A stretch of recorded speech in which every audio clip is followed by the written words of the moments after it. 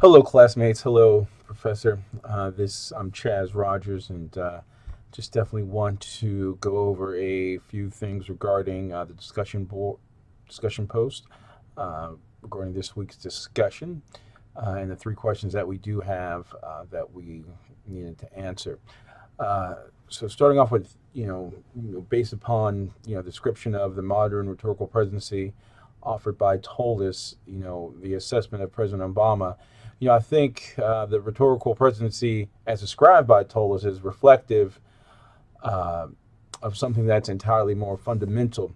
It is the idea or set of ideas that legitimizes political practices, regarding communication and governance for the U.S. presidency. Now, analyzing President Obama's um, oratory skills, there's definitely much evidence of, his speech is reflecting his leadership abilities, and his communication skill and the way he governs, or well, the way he did govern. I would say, one thing I did look at uh, with President Obama is the first time he spoke on a national stage at the 2004 DNC convention. Uh, that was the start of his own, rhetorical style. With that first speech, you saw how the people reacted to his message. Whether you believed it or not, uh, he seemed to grab the crowd, seemed to get his message across, and I think that was the start of something bigger. And later, and of course,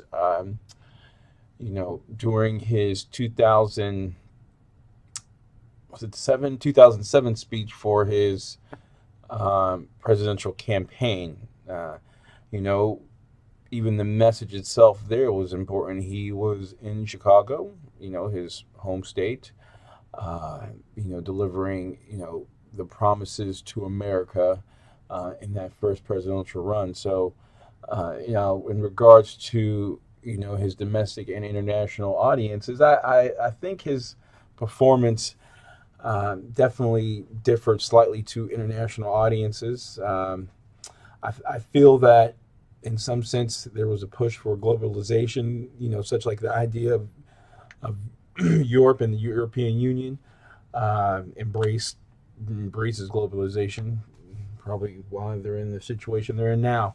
Uh, but he always wanted to give the international community a sense that America would be, would follow in that global agenda. I think domestically, you know, President Obama still had that sense of, trying to keep us on the world stage, but keeping America's interest in mind. Once again, whether you believed in his politics or not, there was a sense of him wanting the international community to come together, and hopefully America would be the leader of that. Now, in regards to the current presidency with President Trump, to answer the question regarding have tweets overtaken you know his skills as an orator, um, yes, I think so far tweets have made President Trump more viable as far as getting his message out, and letting how he feels right then and there. Whether I personally, analyzing, I don't agree with the tweets, but it is a way for him to get the masses. And I can't think of a time in the presidency so far where the media outlet wasn't talking about his tweets and his effect on reaching the masses. So, and and you know what, off the top of my head, and even in looking at some of his speeches, I can't remember one that was quite memorable, or expressed his skills as an orator, as relating to Tolleson, being a great communicator. So, this is still the first year of his presidency. So hopefully, regards to President Trump, maybe we might see a change. But right now, I think the tweets are doing more damage than good. So we'll see how that turns out. Thank you.